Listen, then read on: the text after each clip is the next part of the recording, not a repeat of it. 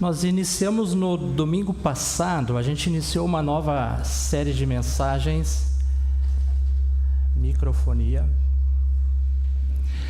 Iniciamos uma nova série de mensagens falando a respeito de família. Nós entendemos que falar sobre esse tema, falar sobre família, é algo extremamente importante.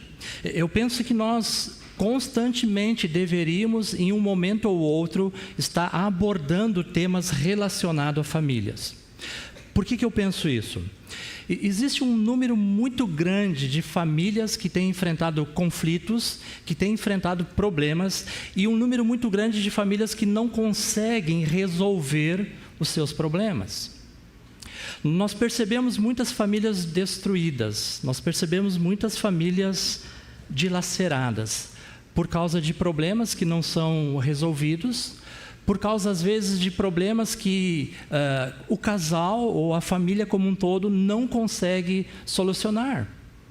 E aí você começa a perceber e a ver o distanciamento entre os membros de uma família por conta dos conflitos que ali acontecem. Para muitos, família é sinônimo de conflito. Pensa você já viu ou conhece, ou quem sabe até na sua própria família, aqueles momentos quando vamos reunir a família, e aí você começa a pensar, mas tal pessoa vai estar lá. E aí você começa a conversar com as pessoas, e alguns dizem assim, mas eu tenho um irmão que eu não me fecho bem com ele, eu não me dou bem com ele, mas tem uma irmã, mas tem uma tia. E você vai conversando e você vai vendo que os conflitos no meio familiar, eles são enormes. E aquilo fica perdurando por, às vezes, muitos anos. Não se resolve. As pessoas acham que o tempo vai resolver, não é assim que as pessoas dizem? Não, deixa para lá, não mexe nisso, porque o tempo resolve. O tempo não resolve. Pelo contrário, o tempo ele pode até prejudicar mais. A família, eu entendo que é o melhor lugar para que nós possamos aprender a lidar com conflitos e problemas, é na família. Você quer um campo onde mais você vai estar sendo testado em relação à sua paciência, em relação ao seu amor, em relação ao seu convívio com demais pessoas? É na família. Por quê? Porque na família nós nos conhecemos. Na família nós sabemos qual é o problema de cada um, qual é a dificuldade de cada um. A família ela nos conhece. Muitas vezes quando nós estamos na igreja, as pessoas não nos conhecem por completo, não nos conhecem como nós somos em casa.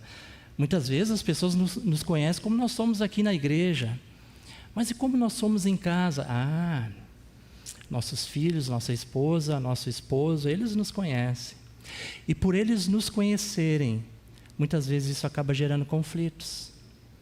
Porque eles vão falar, talvez, verdades que nós não queremos ouvir. Que na igreja, muitas vezes, nós não vamos ouvir pessoas falarem para nós. Mas o ambiente familiar, ele é muito propício para nós aprendermos a lidar com os conflitos. A gente sabe que na família existe amor, existe amizade, existe uma série de coisas que nos une. Mas também é na família onde mais os problemas começam a aparecer. Aquele contato diário entre os membros da família vai proporcionar um cenário ideal, muitas vezes, para ficarmos desapontados, ficarmos irritados, e isso certamente vai terminar em conflitos. Quando nós falamos de famílias, há pelo menos três maneiras para lidarmos com conflitos em nosso lar, ou para lidar com conflitos que são comuns à família. Nós podemos ser pessoas dissimuladoras, e pensa aí na tua família, pensa no teu convívio, ok? Pensa lá nos teus irmãos, teus pais, tua esposa, teu esposo, pensa lá nos teus tios, pensa nos teus sogros, tá? Vai aumentando a lista aí do parentesco. Pensa aí. Há pelo menos 3 maneiras que nós podemos lidar com os conflitos na família. A primeira maneira, ou seja, nós podemos ser dissimuladores. Essa é uma maneira que você pode tentar resolver os conflitos, sendo dissimulador. Ou seja, nós negamos que temos problema. E aí, como é que está? Está tudo bem? Está tudo bem. Melhor não poderia estar, enquanto que você sabe que o negócio está pegando fogo. Mas está tudo bem.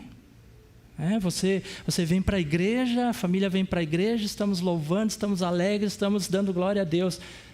Mas quando chega em casa, o problema está ali. O problema não se resolveu. Então, muitas vezes nós negamos que temos problemas, nós sempre estamos cedendo ou nos tornando distante dos membros da família. Ou cada um fica num canto, cada um fica de um lado e cada um vive a sua vida, e é melhor nós não ficarmos muito juntos, porque quanto mais juntos estamos, mais briga dá. Então, a primeira forma, ou a primeira maneira de lidar com conflitos é sendo dissimulado. E olha, tem muitas pessoas que são dissimuladas em seus relacionamentos. Uma outra maneira são aquelas pessoas que são perturbadoras do seu próprio lar. Ou seja, são pessoas que elas acabam tentando manipular o outro. Aquelas pessoas da língua afiada. Sabe quando o marido fala aquela palavra afiada para a esposa e a esposa fica, pisou no meu calo? Ou quando o contrário acontece? Então, muitas vezes, há pessoas que são perturbadoras, pessoas que têm a língua afiada no relacionamento, pessoas que se iram muito facilmente, pessoas que tentam forçar os outros a cederem aos nossos desejos, aquilo que nós achamos que é correto. Pessoas perturbadoras, tanto os dissimuladores quanto os perturbadores, eles vão ocasionar destruição nas suas famílias. Se você tem uma pessoa na sua família que é dissimulador ou que é perturbador, aqui nós vamos encontrar um problema familiar, com toda certeza. Essa família vai ter problema. Então nós temos que estar cuidando e olhando para a nossa própria vida.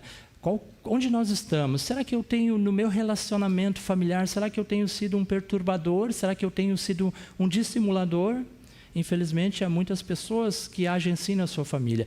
Mas há uma terceira forma de nós lidarmos com os conflitos na família. Há uma terceira forma de como nós podemos lidar com os problemas que nós encontramos na família. E nós chamamos isso de pessoas pacificadoras ou pessoas conciliadoras. O que é isso? Pessoas que realmente querem fazer aquilo que é a vontade de Deus. Pessoas que realmente querem buscar a direção de Deus para os seus relacionamentos. Pessoas que vão abrir mão, muitas vezes, dos seus desejos, quem sabe até dos seus direitos, em prol da família, em prol de resolver um conflito. Então, nós temos também, graças a Deus, que nós temos pessoas que são pacificadoras, que nós temos pessoas que são conciliadoras. Ser um pacificador, ou um reconciliador, ou um conciliador dentro do lar é uma prática que requer muito trabalho e transformação. Muito trabalho e transformação. Resolver os conflitos e ver a sua família amadurecer no amor é algo que todos nós desejamos. Nós queremos realmente que a nossa família seja uma família abençoada por Deus, seja uma família que tenha um bom testemunho para as pessoas. Agora, nem sempre isso é algo que nós vemos acontecer. Infelizmente, muitas famílias, irmãos, e aqui eu não me refiro somente a famílias famílias do mundo, senão que famílias cristãs, famílias que vivem dentro da igreja. Infelizmente, tem muitas famílias destruídas, com muitos problemas. Famílias onde eles não sabem mais o que fazer ou não sabem como resolver os seus problemas ou como resolver as suas crises. Não é raro, após alguns anos de casamento, o relacionamento conjugal ele ir caminhando para um distanciamento. Isso não é algo raro, pelo contrário, isso é algo que acontece mais normal do que a gente imagina. O relacionamento ele começa muito bem, começa no namoro, passa pelo noivado, começa os primeiros anos de casado, tudo vai nas mil maravilhas. E aos poucos isso vai se distanciando. Começa cheio de otimismo, de esperança, porém pouco a pouco ele vai mergulhando num mar de desesperança. O casal diante de conflitos naturais e esperados, porque, meus queridos, nós vamos enfrentar conflitos, nós vamos enfrentar problemas de relacionamento, tanto dentro da nossa família, quanto de relacionamento com pessoas. Nós vamos enfrentar conflitos, isso é inevitável. Não há como alguém afirmar que você não vai ter conflitos, porque essa não é uma verdade. O casal, então, diante de conflitos naturais e esperados, que poderiam ser biblicamente tratados, muitas vezes preferem os seus próprios entendimentos e acabam aplicando soluções que julgam apropriadas, ao invés de aplicar o conselho do Senhor que está expresso na sua palavra.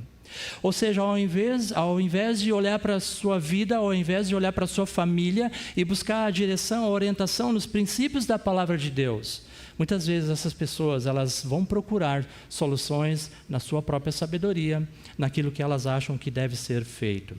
O casal começa com expressões agressivas, logo você percebe isso, começa com expressões agressivas no relacionamento, avança para agressões verbais, e isso é algo que começa a ficar muito perigoso quando você começa a perceber isso na vida de um casal.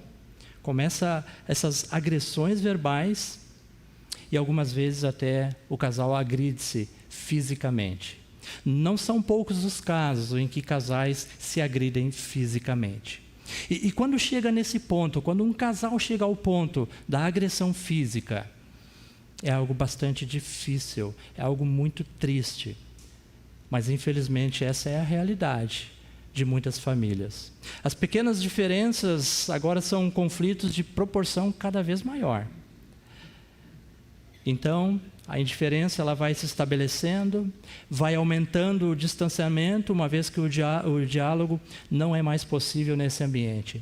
Por isso, meus irmãos, que é muito importante quando um casal, um homem e uma mulher, começam a namorar, terem um acompanhamento no seu relacionamento. Quando casais de noivo precisam ter esse acompanhamento. Talvez no casamento, nos primeiros anos, é necessário ter esse acompanhamento.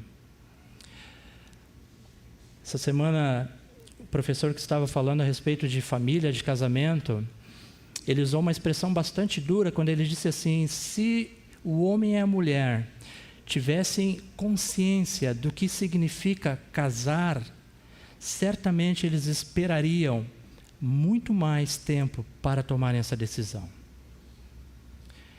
Se homem e mulher realmente tivessem uma orientação e uma direção correta, vinda da palavra do Senhor, não de opinião própria. Eu acho isso, eu acho... Não, vindo da palavra de Deus. Certamente eles esperariam muito mais para poderem tomar essa decisão. Mas o que nós vemos? Casam, mil maravilhas nos primeiros anos, até que começam os problemas. E aí muitas vezes esses problemas acabam levando para uma separação, para um divórcio, destruindo a família por conta de não conseguirem ou não saberem resolver os conflitos. Também não é raro e não sabendo o que fazer para lidar com esse conflito. Um casal pode concluir, ainda que eles não tenham nem conversado sobre isso, que uma maneira de resolver esse conflito é incluir um filho no relacionamento. O casal briga, o casal não se acerta e aí eles pensam assim: não, mas se tivermos um filho, aí as coisas vão melhorar. Se tiver um filho, meu marido vai me amar mais, a minha esposa vai me amar mais. Filhos não resolvem problemas de relacionamento no casamento, meus queridos. Filhos não resolvem problemas de casamento. Pelo contrário, filhos podem acentuar o problema no casamento. Quem que sofre com isso? Normalmente é o filho que nasce, que não tem nada a ver com a forma que os pais vivem, muitas vezes uma forma fora daquilo que a palavra de Deus diz. E quem é que sofre? Os filhos. Os filhos. Então, se o teu relacionamento familiar, se o teu casamento não está indo bem, se você ainda não tem filhos, não pensa que incluir um filho vai melhorar o teu relacionamento familiar, porque não vai melhorar o teu relacionamento familiar. Outros, então, quando já não conseguem mais resolver os conflitos, quando já tem filho e os filhos estão ali no meio de toda aquela turbulência, aí eles partem para uma Decisão radical. Qual é a decisão? Vamos divorciar, porque nós não conseguimos mais resolver. Há uma incompatibilidade de gênios, há uma incompatibilidade irreconciliável. Então, o melhor a fazer é, vamos separar. Cada um vai viver a sua vida. E aí a destruição total da família. Tudo isso que eu estou falando agora, com toda certeza não é algo novo, certo? Você já deve ter ouvido falar isso. Você já deve, de alguma forma, ter lido sobre isso. Você já deve, de alguma forma, ter escutado alguém falar sobre isso. Mas o fato e a verdade é que, mesmo nós ouvindo todos esses conselhos, e até conselhos que vêm da palavra de Deus, o fato é que as famílias continuam sendo destruídas. Continuam enfrentando os seus conflitos. E não conseguem resolver. E muitas vezes a decisão é, vamos separar, porque não tem mais como.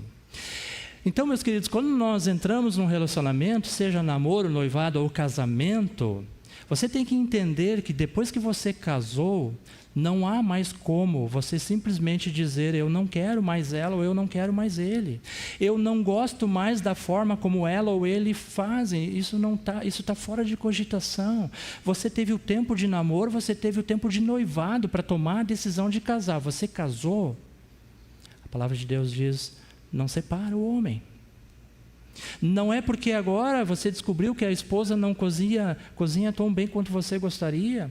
Não é agora que você vai tomar a decisão porque o seu marido não ajuda tanto quanto você imagina.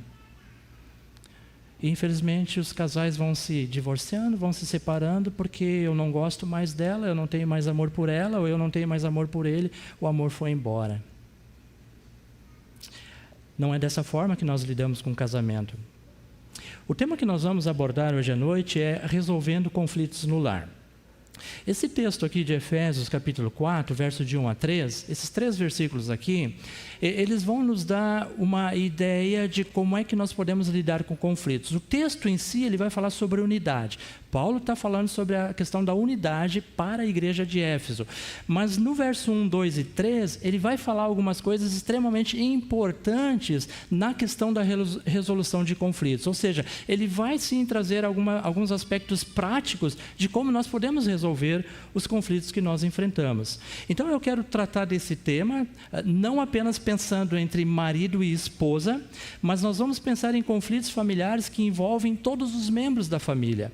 Por exemplo, vamos pensar nos nossos relacionamentos como filhos e pais, irmãos e irmãs, parentes mais próximos como tios, tias, avós, sogros. Eu quero ampliar um pouquinho mais a questão do relacionamento e eu não quero me ater somente na questão do casamento, apesar de que, sim, nós vamos tratar bastante sobre isso. Mas eu quero ampliar um pouco mais e não ficar só entre marido e mulher, porque nós nos relacionamos com mais pessoas, nós não se relacionamos só com esposa ou esposo. Não é verdade? Então vamos olhar um pouquinho sobre esses outros relacionamentos. Como é que você tem se relacionado com seus tios, por exemplo? Como é que você tem se relacionado com seus avós? Como é que você tem se relacionado com seus sogros? Como é que você tem se relacionado com seus irmãos, com as suas irmãs? É sobre isso que eu gostaria de estar falando hoje à noite. Como eu já falei, conflitos é algo que constantemente nós vamos enfrentar no nosso viver. E eu sei que muitos, irmãos, e realmente falando com as pessoas, nós percebemos isso, existem muitas pessoas que estão bastante decepcionadas, que estão doloridas por causa de relacionamentos que foram rompidos no meio familiar. E eu sei que nós desejamos e nós queremos, sim, poder de alguma forma fazer essa dor ir embora. Mas saber lidar com os conflitos de forma bíblica, vai nos ajudar, meus irmãos, a viver uma vida cristã dentro da vontade de Deus. Então, esse texto aqui que nós vamos considerar hoje, ele é um texto que ele vai falar, Paulo vai tratar sobre a questão da unidade entre os cristãos. Talvez você vai se perguntar, o que tem a ver unidade com conflitos? A minha resposta é tudo. Tem tudo a ver. Por quê? Porque é importante que os crentes, aqueles que professam a Cristo como Senhor e Salvador, aqueles que já entregaram suas vidas a Cristo, é importante que esses crentes eles tenham unidade para resolver esses conflitos.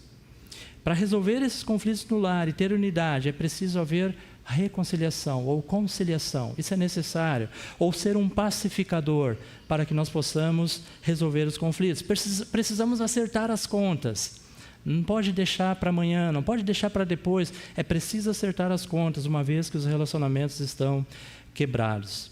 Então eu quero olhar juntamente com vocês aquele texto que eu li aqui antes no início, que é o texto lá de 2 Coríntios. Você pode abrir a sua Bíblia, depois nós vamos voltar para o texto de Efésios, mas eu quero olhar rapidamente esse texto aqui de 2 Coríntios, onde o apóstolo Paulo ele diz que se alguém está em Cristo, é uma nova criatura. Então, quem está em Cristo é uma nova criatura, ou seja, nós temos uma nova identidade em Jesus, nós somos uma nova pessoa. Mas é importante salientar o versículo 18, e olha o que Paulo diz no verso 18. O versículo 17 ele é bastante conhecido, mas o 18 ele é extremamente importante, quando Paulo diz assim: ora, tudo provém de Deus, que nos reconciliou consigo mesmo por meio de Cristo e nos deu o ministério da reconciliação. Deus ele nos reconciliou consigo mesmo, ou seja, nós estávamos mortos nos nossos delitos e pecados, nós estávamos separados de Deus, e diz a palavra que Deus nos reconciliou consigo mesmo por meio de quem? Por meio de Cristo. E ao fazer isto, Deus nos dá o ministério da reconciliação. É importante que nós entendamos o que o apóstolo quer dizer com ministério da reconciliação. A reconciliação, meus queridos, é a nossa nova realidade em Jesus. Sabemos que nós, mesmo sendo reconciliadores ou conciliadores ou pacificadores, sabemos que isso não vai nos garantir relacionamentos perfeitos aqui nessa terra. E Jesus ele vai falar sobre a questão de como nós devemos nos portar aqui nesse mundo, em João 13:35, não precisa abrir, mas quando Jesus diz que nós vamos ser conhecidos pelo mundo de acordo com como nós vivemos e amamos uns aos outros. Na verdade, todos nós nascemos nesse conflito de vida ou morte. Paulo diz que nós estávamos mortos nos nossos delitos e pecados. Nós estávamos separados de Deus. Nós estávamos condenados. Mas Deus, em Cristo Jesus, nos reconciliou com o Pai. Então nós estávamos sim nesse conflito de vida ou morte com Deus. Esse conflito ele preparou o cenário para Deus dar o primeiro passo em direção à nossa reconciliação por meio do sacrifício de Cristo. Por isso, irmãos, se Deus nos reconciliou consigo mesmo por meio de Cristo, por meio do sacrifício de Cristo na cruz, eu entendo que é inconcebível para Deus haver pessoas que são crentes, pessoas que professam a Cristo como Senhor e Salvador. Eu entendo que é inconcebível essas pessoas não buscarem reconciliação em seus relacionamentos. Nós temos o dever de buscar a reconciliação em nossos relacionamentos. Que estão quebrados, que estão com problemas, nós devemos buscar reconciliação. Isso não é fácil, meus irmãos. Não é fácil. Quando você está com um problema com alguém, seja qual for a pessoa, você ir até ela para buscar uma reconciliação, para buscar resolver aquele conflito, não é algo fácil. Por quê? Porque o coração humano ele é orgulhoso. E o nosso coração muitas vezes vai impedir de nós chegarmos diante daquela pessoa, reconhecer o nosso erro, reconhecer que nós agimos de forma errada. Porque normalmente quando as pessoas vão buscar uma reconciliação, elas vão lá e vão exigir seus direitos. Elas não estão dispostas, pelo menos na maioria das vezes, a reconhecer o seu erro. Mas muitas vezes vão exigir do outro que possa pedir perdão. É preciso, sempre que nós estivermos envolvidos em conflitos, nós temos que dar esses passos para reconciliação, no que depender de nós. Porque há casos que não depende de nós a reconciliação. Há casos em que as pessoas estão em conflitos e você procura a reconciliação e a pessoa simplesmente ela fecha a porta e ela não quer conversa. E aí não tem como você reconciliar. Mas no que depender de nós, os passos que nós temos que dar, nós temos que buscar sim a reconciliação. A reconciliação é um trabalho bastante difícil, irmãos, que nós devemos estar convencidos que esse é o caminho que nós devemos seguir. Essa é a nossa nova identidade. o restante do texto ali de 2 Coríntios vai falar que Deus nos deu o ministério da reconciliação. Ou seja, nós temos o dever de buscar em nossos relacionamentos sempre a reconciliação. Eu quero olhar com vocês rapidamente aqui alguns passos para a reconciliação, que é bem importante a gente avaliar isso daqui. No livro de Gálatas, se você quiser abrir, eu não tenho ele projetado o versículo, mas se você quiser abrir em Gálatas capítulo 6, versículo 1, pode projetar aqui para a gente, Oscar.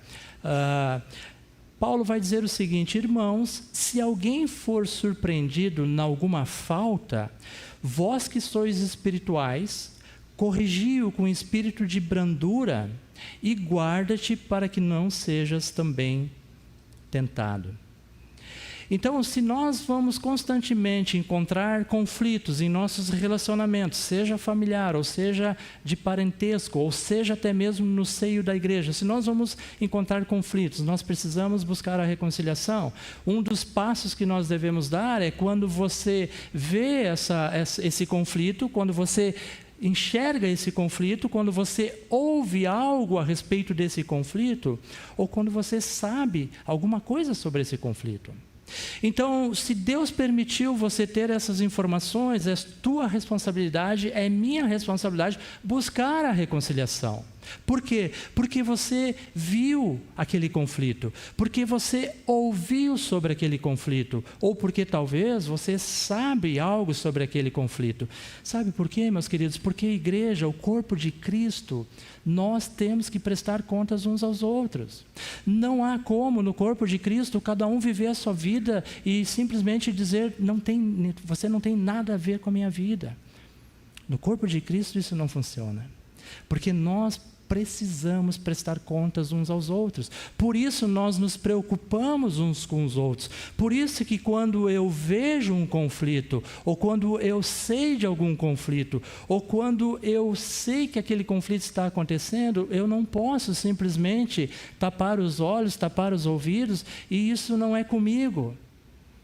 Isso é comigo, porque é um irmão na fé, porque é alguém que está no corpo, e eu tenho essa responsabilidade de buscar a reconciliação.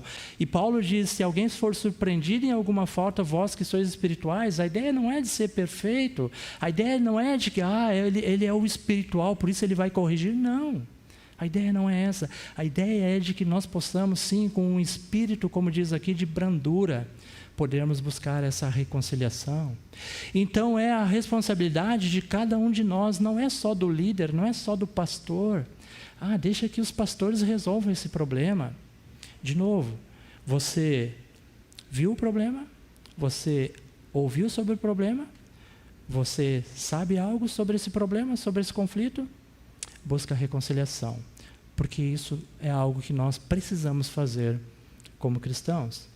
Mas não só buscar reconciliação nesse aspecto, mas também buscar reconciliação quando eu causo esse conflito, porque muitas vezes nós vamos estar causando os problemas.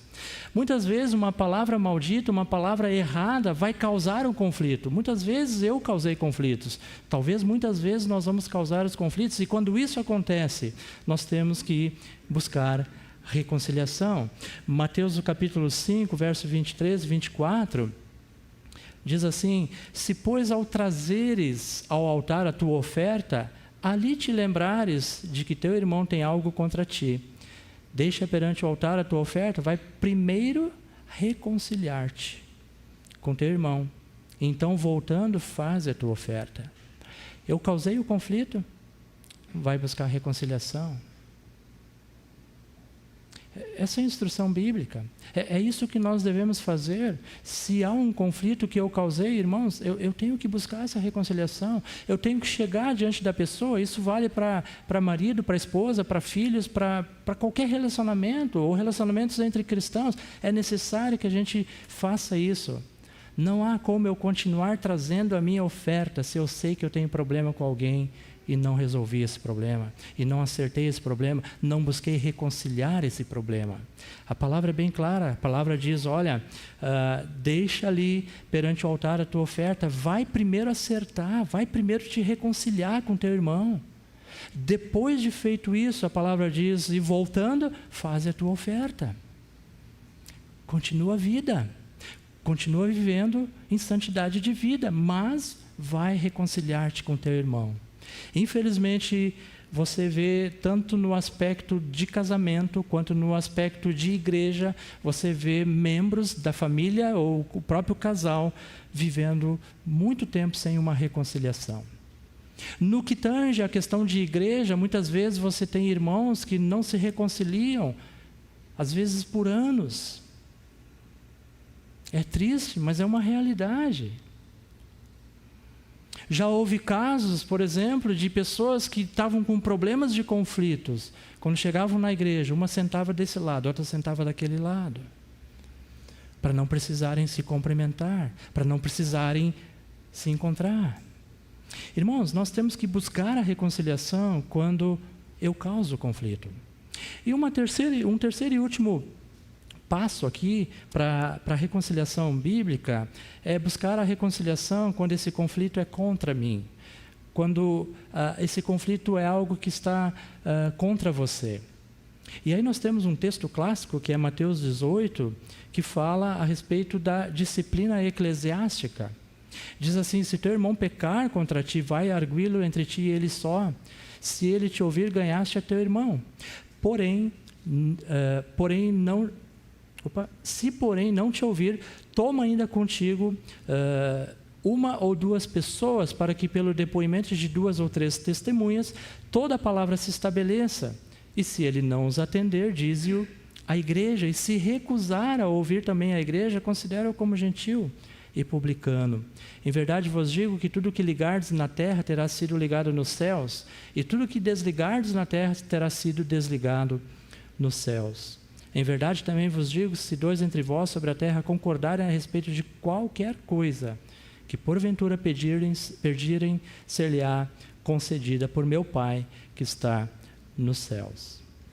Então, se o conflito ele é algo contra mim, eu também devo buscar essa reconciliação. Percebe que são coisas muito práticas, mas não tão fácil de a gente fazer. Por quê? Primeiro, quando eu vejo, ouço ou sei sobre um conflito, a tendência natural, a tendência nossa humana, eu não vou me envolver nisso. Eu não vou me envolver. Deixa que eles acertem, deixa que eles resolvam, eu não quero nem saber disso, eu vou viver minha vida. De novo, como eu falei antes, nós somos membros do mesmo corpo, nós temos a responsabilidade de buscar a reconciliação. Então é um passo simples, mas ao mesmo tempo não é fácil. Ou então buscar reconciliação quando eu causo esse conflito, e isso muitas vezes é um empecilho, porque normalmente quando nós causamos o conflito, nós vamos justificar esse conflito. E vamos dizer, não é bem assim, não fui eu que fiz isso, eu não sou o culpado. Se a pessoa vir até mim e pedir perdão, ok, mas eu não vou. Essa muitas vezes é a nossa reação. E por fim, então, buscar reconciliação quando esse conflito é contra mim. Se você percebe que a pessoa tem algo contra ti, vai e busca reconciliação. Nós estamos falando sobre conflitos. O apóstolo Paulo, ele diz que nós somos uma nova criatura, lá em 2 Coríntios 5,17, versículo que nós já lemos. Com essa nova identidade, Paulo diz então que nos foi dado o ministério da reconciliação, verso 18, e também foi nos confiado a mensagem da reconciliação, no verso 19. Com isso, então, a gente pode perceber, a gente pode ver a importância da mensagem que nós temos, que é a mensagem do Evangelho para reconciliar as pessoas. Talvez você esteja se perguntando, mas o que é reconciliar? O que é reconciliação? Reconciliação, de forma muito resumida e numa palavra fácil para que todos nós entendamos, a reconciliação é fazer as pazes, é restaurar o relacionamento que foi quebrado por causa do conflito. Precisamos reconciliar. Infelizmente, muitas vezes nós deixamos de ver essa realidade bíblica da reconciliação nos relacionamentos, pelo simples fato de que nós não sabemos como resolver os nossos próprios conflitos. A nossa tendência humana, ela não é de resolver os conflitos. Essa é a tendência natural do ser humano. Por quê? Porque nós não queremos embate, nós não queremos acertar, nós queremos ficar na nossa, nós queremos muitas vezes, deixa que as coisas rolem, deixa que as coisas vão se acertar. Então a tendência natural do ser humano não é de resolver os conflitos. Só que isso é algo que traz muitos problemas para o relacionamento. Jesus, certa vez, ele disse que nós não seremos capazes de saber como lidar ou como ajudar outros nos seus conflitos se a gente não se examinar a nós mesmos. Por isso é importante avaliar a nossa vida. Por isso é importante a gente entender o que está acontecendo conosco no sentido dos nossos relacionamentos. Então é importante, meus irmãos, a questão da reconciliação. Grava isso. Deus nos reconciliou consigo mesmo por meio do sacrifício de Cristo na cruz. E por causa disso foi nos dado a mensagem da reconciliação. Qual é essa mensagem? O Evangelho. Nós temos esse dever de estarmos reconciliando também o mundo com Deus, ou seja, estarmos compartilhando desse Evangelho para que as pessoas possam chegar ao conhecimento de Deus. Quero voltar com vocês agora lá para aquele texto de Efésios que eu projetei ali no início, Efésios capítulo 4, versículo 1 a 3, onde nós vamos falar então sobre essa questão que Paulo traz, a questão que ele vai falar sobre a unidade, mas que nós vamos aplicar isso para a resolução dos conflitos em nosso lar, ou os conflitos em nossa vida. A gente já pregou o livro de Efésios aqui na igreja, foi um livro muito especial quando nós pregamos Efésios, e na oportunidade a gente falou a respeito de como que é a estrutura do livro de Efésios, e a gente sabe que Paulo, não só na carta aos Efésios, mas todas as suas epístolas, todas as suas cartas, Paulo ele procura trazer sempre doutrina e prática junto. Paulo ele sempre vai trabalhar essas duas coisas junto, ou seja, ele vai mostrar como deve fazer, e ele vai dizer na prática como isso deve ser feito. Então, Paulo sempre vai trazer a parte teórica com a parte prática. Na realidade, doutrina e prática, elas têm que andar junto. De nada adianta eu ter vários cursos, de nada adianta eu ser um graduado, ou eu ter uma pós-graduação, ou eu ter um mestrado, ou eu ter um doutorado, se tudo isso que eu sei eu não colocar em prática. De nada vale se eu conheço a palavra de Deus, mas se isso aqui é algo que está apenas na minha mente, mas não desceu para o meu coração. Aquilo que eu sei da palavra de Deus tem que ser algo que eu pratico no dia a dia. Por isso, quando nós falamos que é importante o cristão estudar a sua Bíblia, é importante o cristão ler a sua Bíblia, é para que justamente aquilo que nós viemos a conhecer, possamos colocar em prática. E Paulo é exatamente isso que ele vai fazer aqui no livro de Efésios, porque até o capítulo 3, Paulo vai trazer várias doutrinas. Você pode olhar o capítulo 1, capítulo 2, capítulo 3, Paulo vai trazer doutrina, e doutrina pesada. Paulo vai falar de justificação, Paulo vai falar de reconciliação, Paulo vai falar de doutrinas importantes da fé cristã. E a partir do capítulo 4, ou seja, a partir desse texto que nós vamos considerar, Paulo ele vai dizer, rogo-vos, outra versão ele vai dizer, portanto, ou seja, tudo aquilo que ele havia ensinado, todas as doutrinas que ele havia ensinado. Paulo agora, a partir do verso 1, é como se ele dissesse assim, meus irmãos, o que eu ensinei para vocês, as doutrinas que eu trouxe para vocês, agora vocês começam a praticar. A partir do verso 1, Paulo então vai dizer como praticar essas doutrinas. Abre comigo ali, vamos fazer a leitura do versículo 1 de Efésios capítulo 4. E aqui no versículo 1, Paulo então ele vai falar o seguinte, Efésios 4:1. Paulo diz, por isso eu, o prisioneiro no Senhor, peço que vocês vivam de maneira digna da vocação a que foram chamados.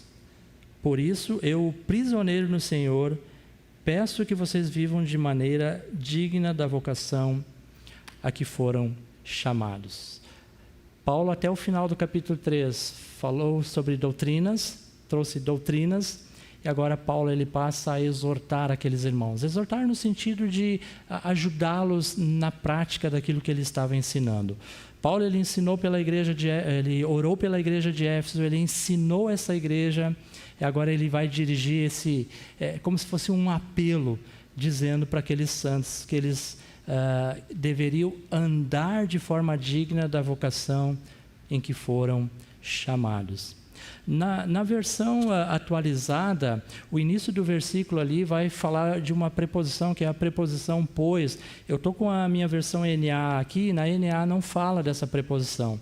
Mas aqui o apóstolo, quando ele vai conectar a doutrina com a vida prática, ele vai usar esse pois, que é uma preposição, como uma ponte que ele liga, que Paulo faz daquilo que ele tinha ensinado, da doutrina que ele havia trazido e o que ele vai pedir para aqueles cristãos de Éfeso, a forma prática como eles deveriam colocar aquele ensino.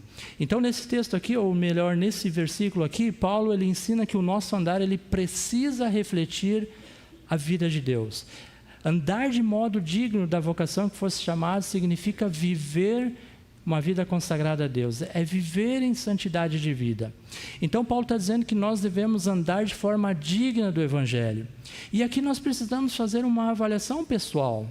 Cada um avaliar a sua própria vida. Talvez a pergunta é, eu tenho andado de forma digna do Evangelho? Eu tenho andado conforme a minha nova identidade em Cristo, porque agora eu sou uma nova criatura? Essa palavra digno que está aí no versículo 1, traz essa ideia de uma balança, de um equilíbrio entre a vida de Deus e a nossa vida. Tem a ideia de viver de modo compatível com o que a pessoa tem em Cristo. E em Cristo nós somos uma nova criatura. Então, quando Paulo diz que nós devemos andar de modo digno da vocação a que fosse chamados, Paulo está dizendo que nós não podemos viver uma vida dupla. Ou seja, Paulo ele está dizendo que não podemos viver de qualquer jeito. O crente ele precisa viver de forma correta. O crente ele precisa viver em santidade de vida. A doutrina diz que eu não devo mentir. A prática, eu não posso mentir. É simples assim, é uma aplicação direta do texto bíblico. Um pouquinho mais para frente, no verso 25, não precisamos ler, mas Paulo vai dizer, deixando a mentira, fale cada um a verdade com o seu próximo. E ali tem uma lista de coisas que nós devemos falar, ou melhor dizendo, devemos fazer. Então é necessário que a gente realmente esteja vivendo de forma digna do Evangelho. E aqui então nós precisamos fazer essa avaliação. Será que eu tenho vivido de forma digna do Evangelho? Devemos viver de forma correta, não podemos viver brigando com todo mundo, criando conflitos na família, entre irmãos, entre amigos. Isso não é viver de forma digna do Evangelho. Eu devo ser a mesma pessoa aonde quer que eu esteja.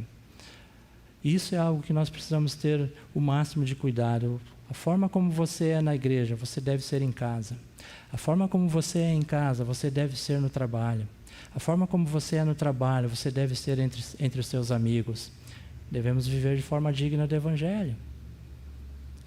Essa é a orientação bíblica. É fácil isso? Não é fácil. Na realidade é bem difícil, mas é algo que a palavra diz que nós precisamos fazer. E é interessante que Paulo, nessa instrução que ele está trazendo, ou nessa exortação que ele está trazendo aqui para a igreja de Éfeso, Paulo ele é alguém humilde, porque ele se coloca como sendo um prisioneiro, né? É o que ele diz ali no versículo 1, por isso eu, o prisioneiro no Senhor. Paulo se colocando como prisioneiro, ele já havia feito isso lá em capítulo 3, versículo 1. Paulo se colocando como prisioneiro. Isso mostra que Paulo ele era alguém humilde. Versículo 2 aqui, agora, Paulo ele vai passar a falar de algumas atitudes que caracterizam o andar digno de um cristão. Talvez a gente possa perguntar assim, ok, mas como é andar de forma digna do Evangelho? Como é isso na prática? Paulo vai falar no versículo 2, como é que eu devo andar de forma digna do Evangelho? Vamos dar uma olhada ali, o versículo 2. Pode passar ali, Oscar.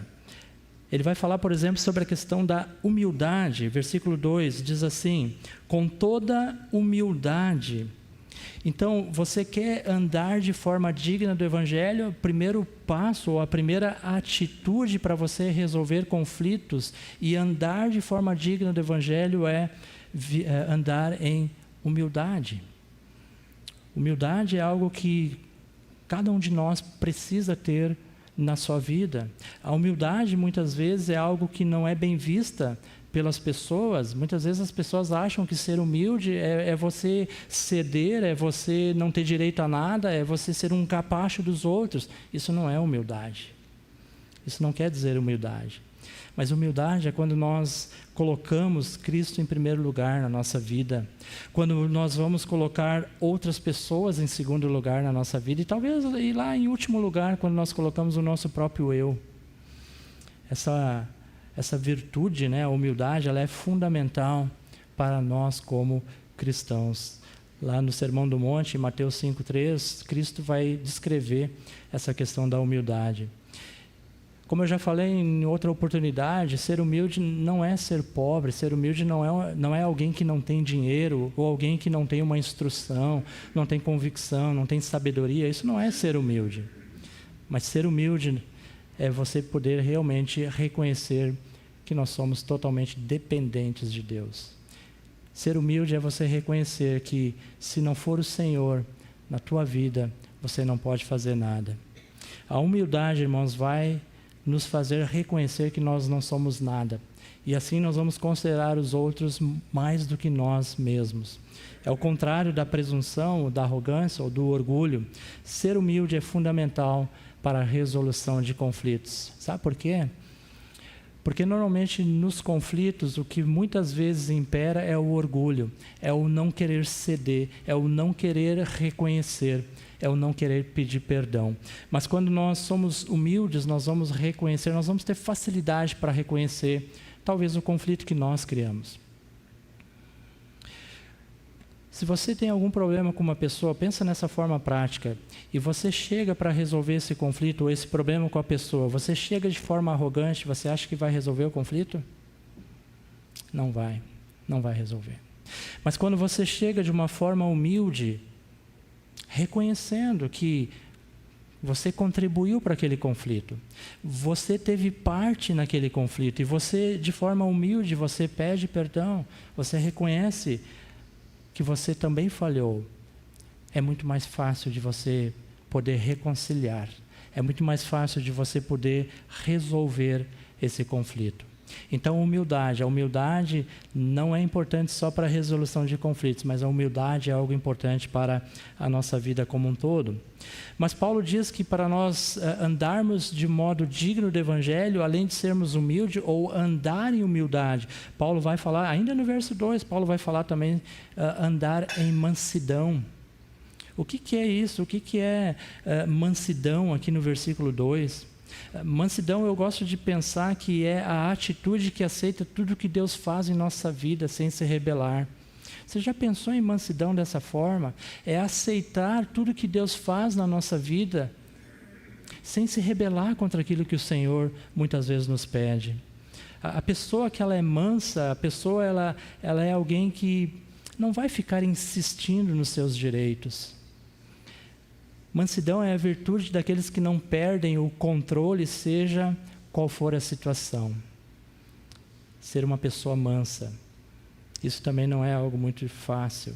Ter mansidão como virtude em nossa vida é ter o controle do nosso temperamento, ter o controle dos nossos impulsos, da língua, dos desejos, é saber controlar a nossa vida. Isso é ser uma pessoa mansa.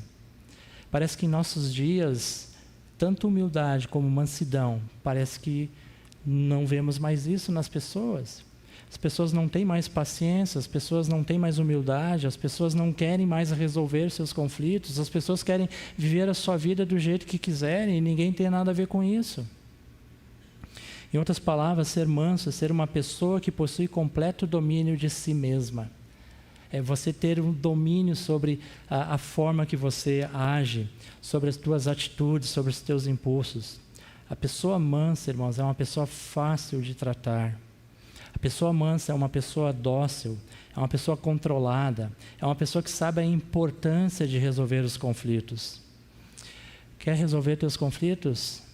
Seja uma pessoa mansa. Paulo vai falar de uma terceira atitude. Paulo fala então da humildade, Paulo fala da longanimidade e ainda no versículo 2, Paulo vai falar da longanimidade. Longanimidade é uma disposição equilibrada e um espírito paciente sobre provações prolongadas. Olha como é difícil essa característica ou essa atitude que nós devemos ter. Ter longanimidade, ter um espírito paciente sobre as provações prolongadas. Isso não é fácil. Imagina constantemente você está sendo provado, mas você é alguém longânimo, é alguém que suporta com paciência. A palavra aqui, longanimidade, ela significa ter paciência com as pessoas. Ter paciência com as pessoas.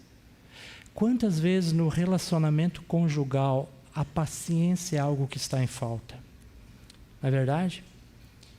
Muitas vezes o marido não tem paciência com a esposa, muitas vezes a esposa não tem paciência com o marido. Precisamos mais longanimidade em nossos relacionamentos. Uma vez que nós somos pessoas longânimas, nós vamos resolver os conflitos que nós enfrentamos. A palavra no grego aqui para longanimidade traz a ideia de aguentar com paciência pessoas provocadoras. Você já enfrentou isso? Você já enfrentou uma pessoa que é provocadora? Qual que é a nossa reação natural? Devolver na mesma moeda, não é verdade? Mas Paulo diz que nós devemos ser longânimos. E a palavra no grego traz essa ideia de aguentar com paciência pessoas provocadoras. É a firme paciência no sofrimento ou no infortúnio. Alguém que é longânimo é alguém que tem facilidade para resolver os seus conflitos. E a última atitude aqui que Paulo vai falar aqui é o amor que suporta. Também no versículo 2, ou seja, significa perdoar as faltas e fraquezas dos outros. Sabe, irmãos, muitas vezes nós queremos o perdão, né? Nós ansiamos por sermos perdoados, não só por Deus, mas pelas pessoas. Mas quando chega a nossa vez de perdoar, muitas vezes isso é difícil. Muitas vezes nós não queremos perdoar, nós queremos ser perdoados, mas nós não queremos perdoar. Então, o amor que suporta é perdoar as faltas e fraquezas dos outros. Irmãos, todos nós somos falhos, todos nós somos pecadores, nós vamos errar com as pessoas vão errar com nós. Se nós não tivermos, se nós não andarmos nesse amor que suporta, se nós não estivermos perdoando as pessoas, nós não vamos conseguir nos relacionar com ninguém. Eu sempre digo, as pessoas vão nos decepcionar, assim como nós decepcionamos as pessoas. Se você colocar toda a tua esperança em uma pessoa, você vai se frustrar. Porque o ser humano é pecador, o ser humano ele é falho. Temos que aprender a perdoar a falta e as fraquezas dos outros. Ao invés de nós olharmos com aquele olhar de crítica, de julgamento, quem sabe a gente demonstra esse amor que suporta. Saber perdoar é saber praticar aquilo que o Senhor quer para as nossas vidas. Em meio a conflitos não é fácil perdoar, mas devemos suportar em amor. Agora, perdoar, irmãos, quando a gente fala da questão de perdoar, não é que nós estamos concordando com um pecado. Quando você está perdoando alguém, não é que você está concordando com o pecado da outra pessoa e manter uma fachada como se tudo estivesse indo bem, não é isso. Mas trata-se de um amor positivo em relação àqueles que nos irritam, nos perturbam, muitas vezes nos envergonham. A palavra suportar aqui que Paulo traz não é aguentar o outro com resignação, mas sim servir de amparo e suporte para essa pessoa. Paulo, então, ele está apelando para aqueles irmãos, na versão atualizada, Paulo ele vai dizer, rogo-vos, irmãos, ou seja, essas atitudes, elas deveriam estar presentes na vida daqueles santos, assim como deve estar presente em nossas vidas também. Essas atitudes aqui, irmãos, elas são fundamentais para a resolução de conflitos. Você, esposa, você, marido, filho, pensa nisso. Tem problemas na tua família? Tem conflitos na tua família? Dá esses passos aqui como Paulo orienta. Paulo diz que nós temos que andar de modo digno do Evangelho. Andar do modo digno do Evangelho é andar em humildade, andar em mansidão, andar em longanimidade e também praticar o amor que suporta. Eu tenho a plena convicção, se essas aqui são atitudes presentes em nossa vida, nós vamos conseguir resolver nossos conflitos, sejam eles quais forem. Versículo 3 do nosso texto aqui, Paulo diz assim: fazendo tudo para preservar a unidade do Espírito no vínculo da paz. Aqui no versículo 3, Paulo ele vai falar dessa graça da unidade. Paulo vai falar da importância da unidade entre a igreja ou entre os irmãos em Cristo. É extremamente importante. Em Jesus, meus irmãos, é possível nós termos unidade. Em Cristo Jesus é possível nós termos unidade. Irmãos, nós só podemos ter unidade entre nós por causa de Cristo. Tira Cristo dessa igreja e essa igreja vira apenas um clube. Tira Cristo dessa igreja e essa igreja vira talvez uma coisa social apenas. O que nos une aqui é Cristo. Não é time de futebol, não é partido político, não é preferência musical, não é porque você tem um relacionamento melhor com um, não é isso que nos une. O que deve nos unir é Cristo Jesus. Por isso que a igreja é um corpo vivo, por isso a igreja é diferente de um clube. Então, quando nós estamos inseridos no corpo de Cristo, Paulo vai dizer que nós temos que preservar a unidade no vínculo da paz. No que depender de mim, de você, nós temos que perseverar na unidade. Então, quando nós estamos reunidos como igreja, as nossas preferências, elas devem ficar de lado. Ah, mas eu gosto de música de tal jeito. Não, mas não é o que eu gosto, irmãos. É o que Cristo pede que nós venhamos a fazer. A igreja não é minha, a igreja não é tua, a igreja é de Cristo. E nós estamos aqui para servirmos ao Senhor e servirmos uns aos outros. Então, por causa de Cristo, nós podemos ter unidade. E essa unidade vai se dar somente em Cristo Jesus. É importante que nós possamos ter essa unidade para que possamos resolver nossos conflitos. E Paulo vai dizer para os irmãos, então, se esforçarem diligentemente por preservar a unidade do Espírito. No vínculo da paz. Irmãos, nós precisamos sim viver em paz uns com os outros. Nós precisamos nos esforçar diligentemente para que isso aconteça no nosso meio.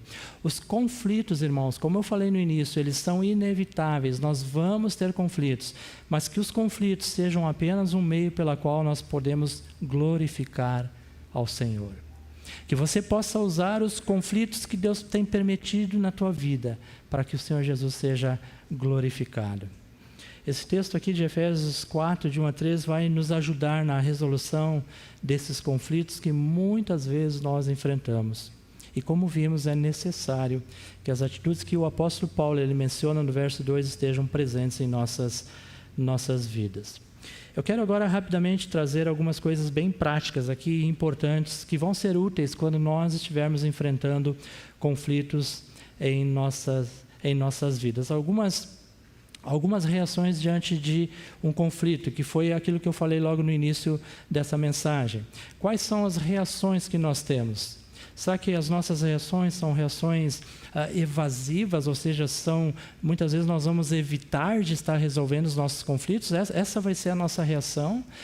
Essa é a forma que eu e você lidamos para resolver nossos conflitos? Somos evasivos, não queremos resolver, não queremos nos envolver?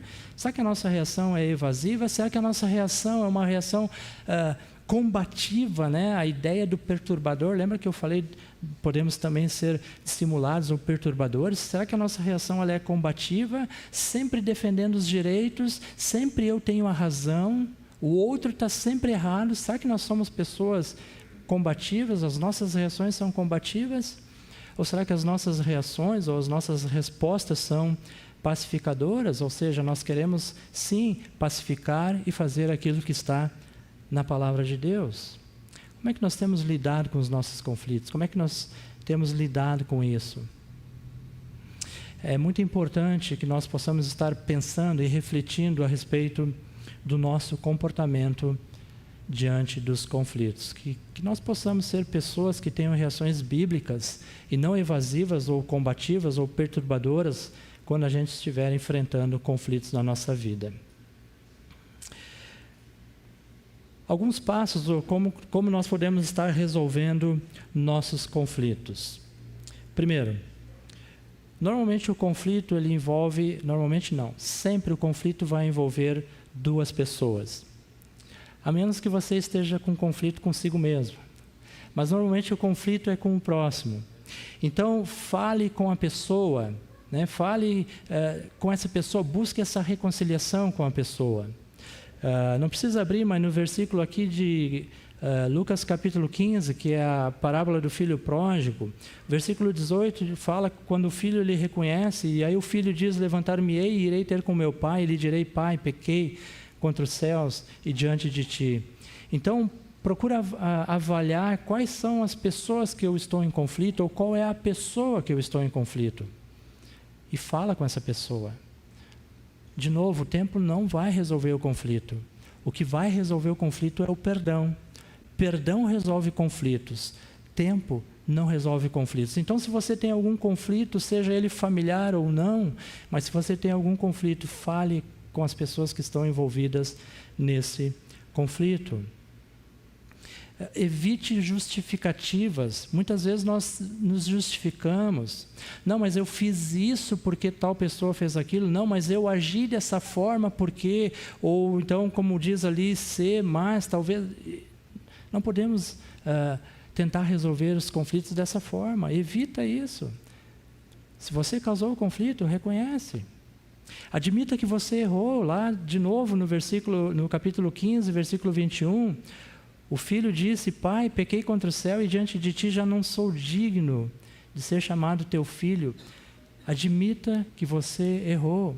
Lembra da atitude da humildade? Reconhecer as suas próprias falhas.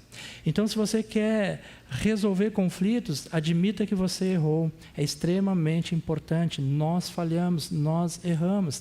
Tenha a humildade para admitir que você errou. Aceite as consequências. Cada vez que nós estamos em um conflito, vai gerar consequências. De novo, na parábola do filho pródigo, o filho diz: já não sou digno de ser chamado teu filho, trata-me como um dos teus trabalhadores. Aceite as consequências.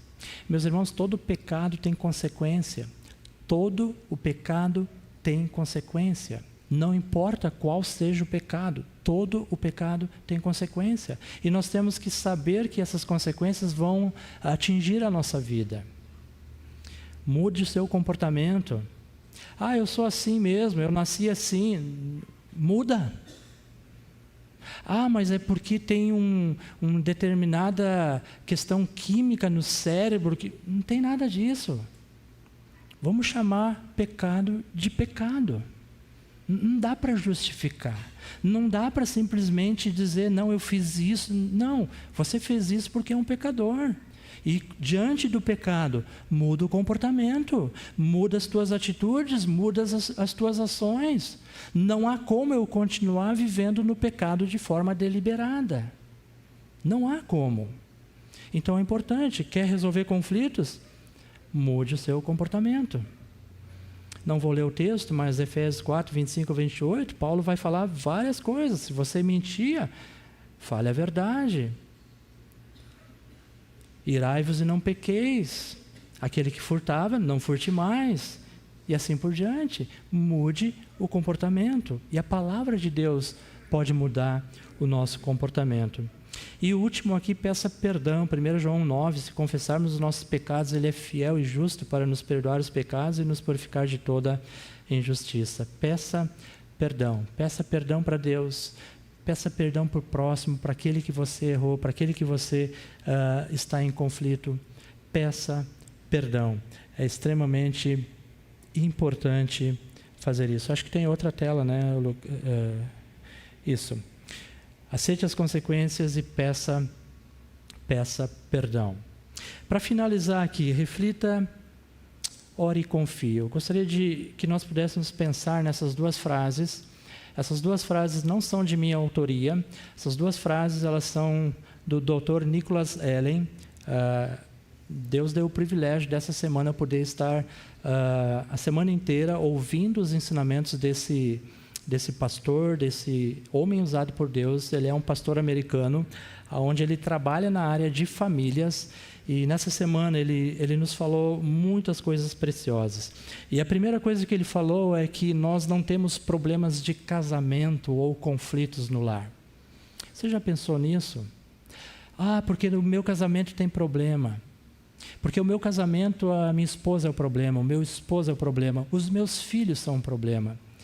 Nós não temos problemas de casamento ou conflitos no lar, nós temos problema de caráter que refletem em nosso casamento ou em nossos lares. Sabe? É o coração. É o coração que tem que mudar. Quando nós dizemos que o meu casamento está com problema, na realidade o correto é dizer, eu tenho problema. Eu tenho que mudar. O meu caráter precisa ser transformado. Não é o outro. Não é a esposa, não é o esposo, não é os filhos que têm que mudar. Eu tenho que mudar. E simplesmente por causa da forma que eu vivo, por causa do meu caráter, muitas vezes, que ainda não foi totalmente transformado por Cristo, isso vai se refletir no casamento, isso vai se refletir em nossos lares. E aí começam toda a confusão, os conflitos, relacionamentos quebrados, famílias destruídas, porque simplesmente o caráter está influenciando no relacionamento. Então pensa nisso. Faz sentido? Nós não temos problemas de casamento ou conflitos no lar, temos problemas de caráter que refletem no casamento ou em nossos lares. Segunda questão, muitos querem um casamento melhor. Quem aqui não quer um casamento melhor? Quem não quer um casamento melhor? Quem não quer um casamento sem conflitos? Mas assim como muitos querem um casamento melhor e sem conflitos, ao mesmo tempo também não querem um caráter transformado por Cristo. Porque quando Cristo ele age em nossa vida, Ele trabalha em nossa vida, Ele muda o nosso caráter, Ele muda o nosso coração, nós sim vamos ter um casamento melhor, vamos ter uma família melhor, vamos saber resolver os nossos conflitos, mas precisa trabalhar o nosso coração.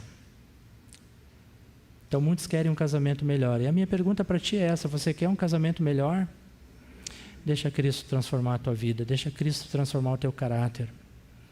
Dá aqueles passos que nós vimos de forma muito clara, seja humilde, seja longânimo, pratique o amor que suporta.